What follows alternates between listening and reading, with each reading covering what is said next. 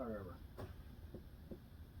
All right, thank you. Welcome back, everybody. This is Lawnmower Carlo with the Cutting Forest Lawn Care channel, where we basically do lawn care and review stuff and just do whatever. Anyway, so how this is the I wanted to go over the Echo 9010. I got this a while ago. This is my second one actually, and so we'll see how well this one works out.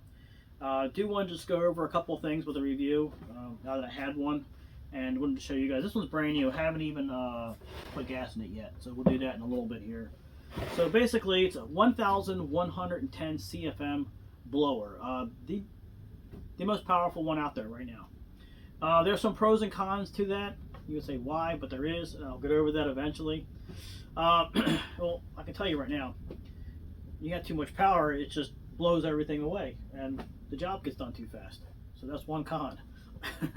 Anyhow, but this is the oil that I use with it, the Red Armor oil from Echo. Don't use anything other than their brand oil. I mean, do what you want. I know there's like a couple other oils that are supposed to be pretty good, but I've had some problems with the oil that you get in the store that's generic oil, and what I was told, the mixture wasn't quite right, even though it was. It just wasn't running right, so definitely buy their stuff there, you know. So really quickly, just some things to go over with this one. The air cleaner is really easy to get to. It's right here on top, which I like. It has a big air cleaner. The snaps come off really easily. Pre-filter, filter, easy to change out when you have to. You probably change these out once a year or something like that. They're not really something that you change out a lot, unless you're in a really dusty environment, which you can be with leaves, especially if you're getting all small grounds and stuff like that, where you end up blasting into areas where stuff comes backing up and over you. You get a lot of dust coming in. So do check it periodically. I'm sure the owner's manual probably says do a checklist every single day, which I don't know. But the specs on this thing of 1,110 CFM, which is air volume. It's a CFM, which they call it cubic feet per meter. And that's usually because the tube is so big and the power of this air shooting that air out. Now, 220 miles per hour is the wind speed, okay? That's just something to know, that most of your powerful leaf blowers, even your handheld ones, if they're getting to around 200 miles per hour, usually the CFMs are equivalent or adequate enough for that machine. So that's how you do know that. Anything under 200 miles per hour can usually be pretty questionable, because I have a really inexpensive one that's really small that has 200 miles per hour but doesn't have a whole lot of CFM, and it actually, you know, moves pretty good for the area that it works in. So that's something to know about. But your CFMs are what's going to tell you how much air volume you're pushing. So that's the way I perceive it. Maybe I'm wrong, I don't know. There is something called newtons, which I don't understand them, but I've heard about them. I think it's a true thing. I don't know. I'm just joking. Anyway, but let's go over the review of this machine. It's really nice. One of the things I like about it is the adjuster. It's a really big knob that you can just quickly release and bring it back. And this is a benefit to have, especially when you're working long. Sometimes your arm gets tired in this position and you want to drop it down lower, you know, get a little bit more of an angle on it. And that's usually for different heights of people. If you're taller, you're probably going to want to push it down more. If you're shorter, you're probably going to want to have this thing up more so you can get your hand on it. This is a stiff tube. I don't know why they make theirs so stiff. Everybody else's has got a lot more movement to it. I mean, you can see it, it's straight out there. It doesn't really want to move much. So when you're trying to do this, it kind of gets in the way. But with the amount of power that this has, this is not really that big of a deal. Over time, it starts to bother you. That's one of the reasons why I don't use this every single day, is because of that. That bothers me. But when I'm doing big leaf removals, like what I'm getting ready to do next, I really want this machine on the job. So it doesn't matter. I'm going to be blasting and pretty much hurting leaves with this. This is nice also. The tube is longer than some of the other blowers that are out there. And that is a big significant when you're moving piles. So that's something good to know. Also, these straps are very comfortable compared to the other ones that I have, and that I do like. One thing that is really cheap on this, and I'm pretty sure if you have one, you know what I'm talking about, is this back pad. It's pretty much little to none. but it doesn't really matter that much because it sticks out far enough so where you don't really notice anything. It's got a lot of movement between there, but it's just a piece of styrofoam. That's all it is. But I think I know why they did that is because they want a lot of airflow going through here and they're trying to cut down on the weight. That's probably why they did that. And the thing that I think of reason why this thing blows out so much air is because of the fact that it can intake air. None of the other blowers that I know have this opening area behind the back. It's all solid. And also the base. It's pulling air. See how stiff that is? It's pulling air in through the bottom as well, which is nice. This looks cheap, but it actually works. So it's okay. It works. The rivets in there. I never had anybody having any problems with it. So there you go. That's that right there. One other thing I wanted to get over was how you start it. It has a choke and a push bubble right there on the bottom, which they all do. The choke on this one, I like the way Echo does their choke. It's like a big solid piece, it's real thick, as opposed to a real thin little knob that's like bent to go around, and that breaks on some other brands.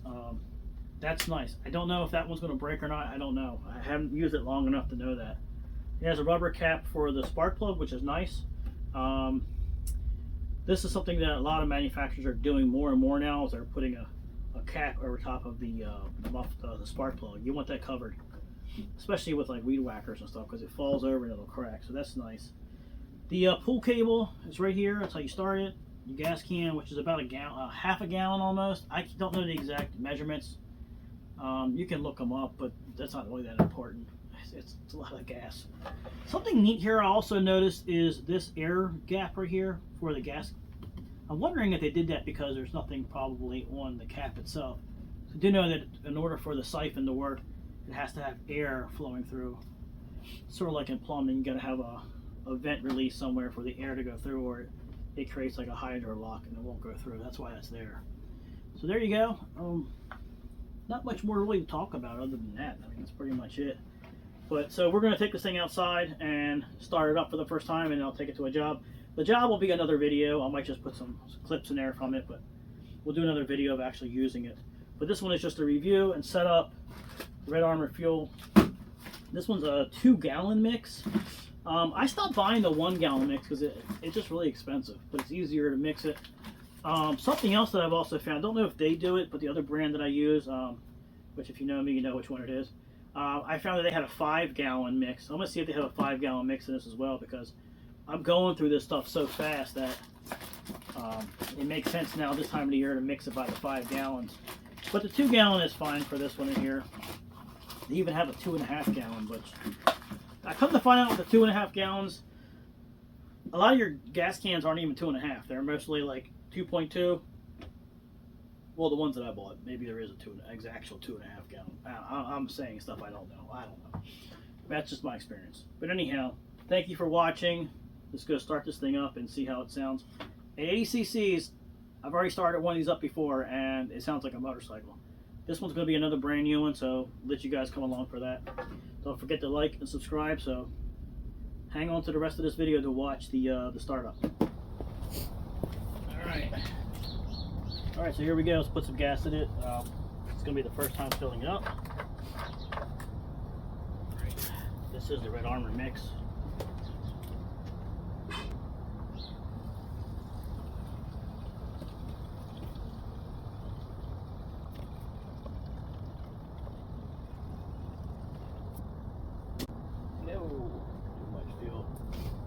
I want to empty this out so I can make some more. Just about this much at the bottom.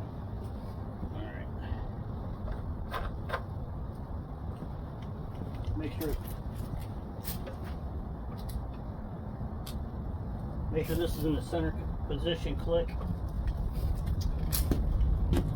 Right here. You got stop, low, which is start, and then fast. I forgot to mention this is actually an adjustable throttle. So you can set it to where you want it. Stop, and then right there the next one down, so that's free, and you're good to start it up. And remember, I always try to point out this, I've learned this from watching other mechanics talk about this, to let your equipment idle run up, especially these big CC engines. And it's cold out. It's probably 36 degrees. I don't know. It's slowly climbing today. It's probably not going to get past 40 something. So anyhow, pump it about 6 or 7 times or whatever. The fuel goes through it. And then set your choke all the way down. Start it and then bring it up to idle.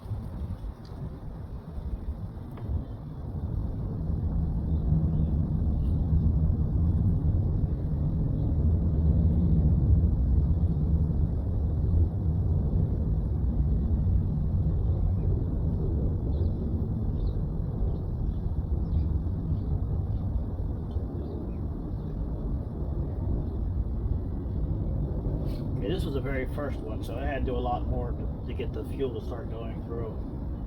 So here we go, first startup.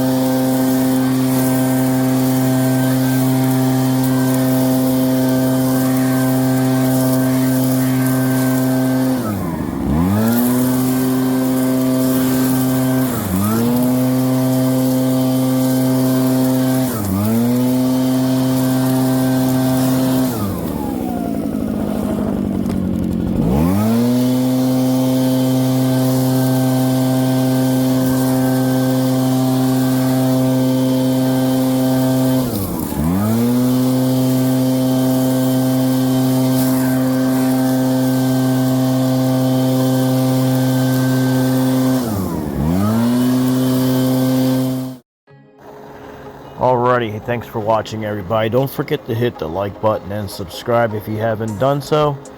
Keep up with the Cutting Forest Lawn Care Service channel here. We have some more reviews coming up. I'll do a full review of the use of this blower and go over all the pros and cons in another video. But real quickly, the blower puts out a lot of air volume. It is stiff, so it's not good for tight cramped areas. So you got the good and bad, but it's got a lot of power. So stay tuned and thanks for watching, and see you in the next video.